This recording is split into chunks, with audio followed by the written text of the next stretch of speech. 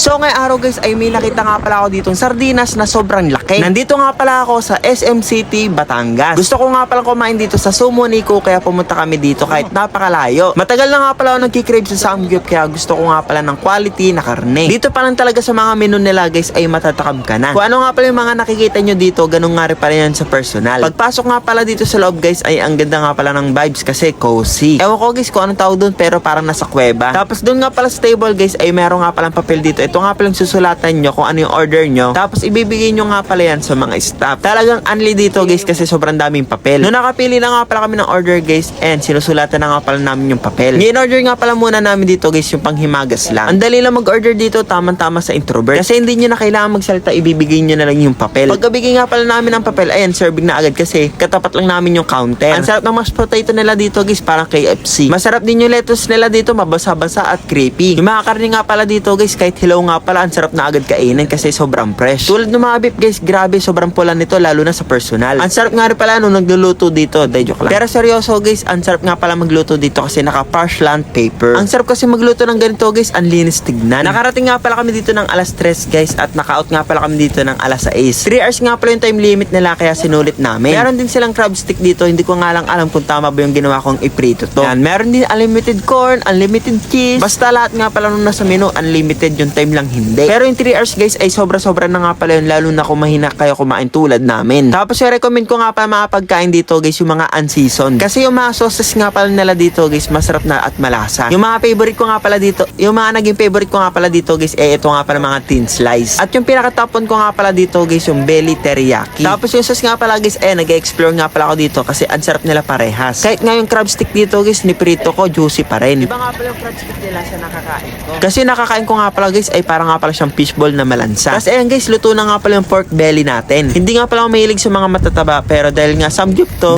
masarap yan lahat. Hindi na nga pala namin ito ni-toasted kasi gusto nga pala namin ay juicy. Basta yung mga unseasoned guys ay masasarap yun dito. Tapos yung thin slice beef nga pala nila dito guys 30 seconds lang namin niluto. Luto na agad. Tapos ito na nga pala mamasang-masang creepy na lettuce. Kasi grabe pagkakagat mo dito magtutunugan yung mga buto mo. Hindi joke lang guys, ang lutong lang ng lettuce nila. Naluto na nga pala namin lahat ng pork kaya beef naman. Hindi ko alam guys kung ano mga tawag dito sa mga beef nito pero lahat yan unseasoned. Iba't ibang body parts yata yung pagkakaiba nito. Tapos ayan guys, titikman ko na nga pala yung cheese nila. Ang honest review ko nga pala dito guys ay hindi ko nga pala masyadong nagustuhan yung cheese nila. May nalalasan kasi akong aftertaste na ewan. Pero para sa akin yun preference ko. Tapos yung beef nga pala nila guys, malambot, juicy. At bago nga pala kami umorder guys ay inuubos nga pala muna namin yung pagkain. Naka-turn off na nga pala yung lutuan namin dito kasi hindi pa kami o-order. Atong naubos na nga pala namin guys, ayan nag-review na nga pala ulit kami ng mga sagot namin.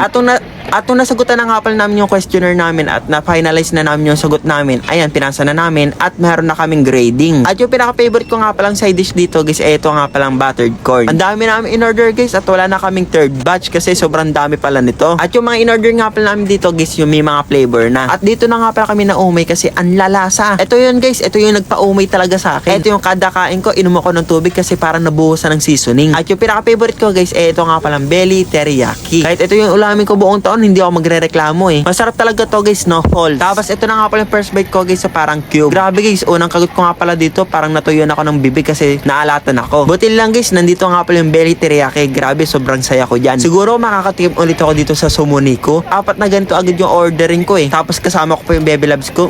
Sarap talaga ng belly teriyaki. Tapos medyo nasunog na nga pala yung parchment paper. Pinapalitan na nga pala namin. Kaya ayan, magluluto na nga pala ulit ako dito ng thin sliced na beef. Grabe guys, ang sarap. Nainggit tuloy ako sa kahapon na sarili ko. That should be me holding your tongues. Tapos ayan guys, nag-refill nga pala ulit kami dito ng buttered corn. Tapos ayan, nag-try na nga rin pala ako ng kanin dito kasi nga mga season na yung kakainin namin. Masyado nang malalasa at tanggal umay na rin tong kanin. Ang sarap nga pala ng kanin nila dito guys kasi Japanese rice. At dito guys ay medyo nararamdaman ko na nga pala yung pagbigat ng akin tiyan. Talaga nasa huli ang pagsisisi. Pero umorder pa rin ako ng buttered corn. Wala din kasing pipino dito guys na pantanggal umay din. Yung ginagawa ko nga pala dito para makaubos, pinapalaman ko nga pala yung buttered corn dito sa mga karne. Dito naman ay gumawa ko ng corn burger. Dinidistract ko na nga pala yung sarili ko kasi nauumay na talaga ako. I-rate ko nga pala tong Sumo Nico guys ng 9/10 kasi wala nga palang pipino.